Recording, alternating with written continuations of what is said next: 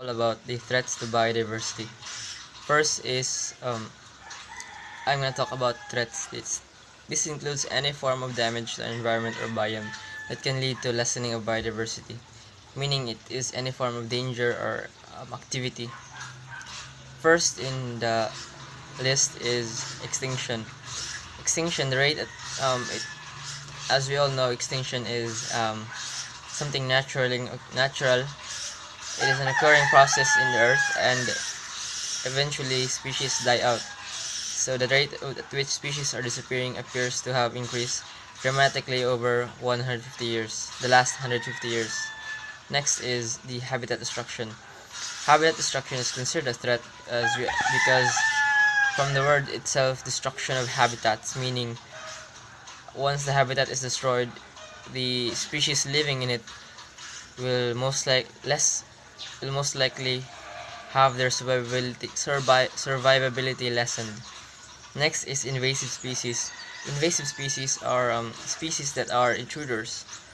A major threat to native biodiversity in many places is from accidentally or deliberately introduced species. They are considered as threats because once they are in new habitats, they are disruptive in nature, meaning they can damage the habitat or damage or be disruptive. That's why it's considered as threat. Fourth is pollution. As we all know, pollution has many negative effects on the environment. First, like we have known that toxic pollutants can have disastrous effect on the local population or organisms for a long time. We all know that pollution is a major threat to pollution and especially diversity. Next is population. Human population growth represents a threat to biodiversity in several ways. Like as we all know, we are the higher form of species. We tend to make space for ourselves, so we might um, we might not make space for animals because we are higher than them. We think we are higher than them. Next is overharvesting. Overharvesting meaning we tend to be men tend to be greedy with wanting more. For example, is using dynamite fishing to gather to get more fish. To when example is Another example is when cutting more trees. We have a quota like we follow, but we want more. It's because of greed that we overharvest, and it is a big threat to the diversity. Next is commercial products and live specimen. In addition to harvesting wild species for food, we also obtain a variety of valuable commercial products from nature. This is true because we tend to find rare materials, rare species. We collect them, and somehow, if we keep collecting them without non-stop, it their species will go extinct and could be endangered, or that is why it is a threat to the diversity. That is all for my report. Thank you. Endangered species.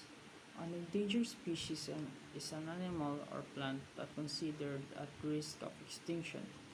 Example of endangered species are Amur leopard, black rhino, Bornean orangutan, cross river gorilla, eastern lowland gorilla, and more.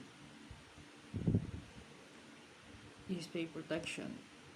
The Endangered Species Act has listed or protected plant and animal species both nationally and worldwide. When a species is given ESA protection, it is said to be a listed species. The Endangered Species Act is very important because it saves our native fish, plants, and other wildlife from going extinct. Once gone, they are gone forever, and there's no going back. Things we should all do to protect endangered species. Number 1. Educate your family about endangered species in your area. It is not just about snow leopards in Russia, it is about the ecosystem in your own backyard. Teach your friends and family about wildlife, birds, fish, and plants that lives near you. Second, block out the black market. Sometimes when we travel, we don't realize that the souvenirs we are buying are under threat. Avoid supporting the market in illegal wildlife including tortoiseshell, ivory, and coral. Third, grow native plants. It is a no-brainer, but local species rely on local plants. You are provided food and shelter for native wildlife, and you can reduce your water usage at the same time. Fourth, recycle and buy sustainable products. Much of the threatens local population has to do with development, and more of the nature world is plundered to produce new goods.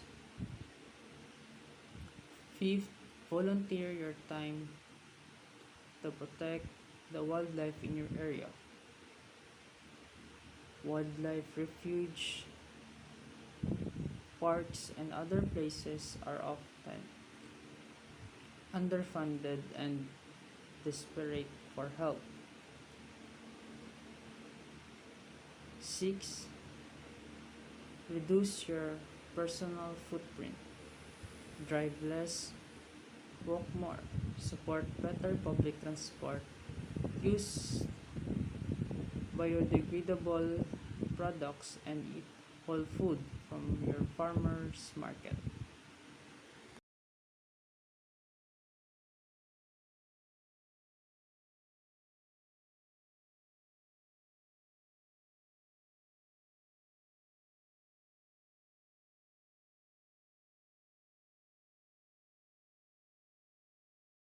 Biodiversity.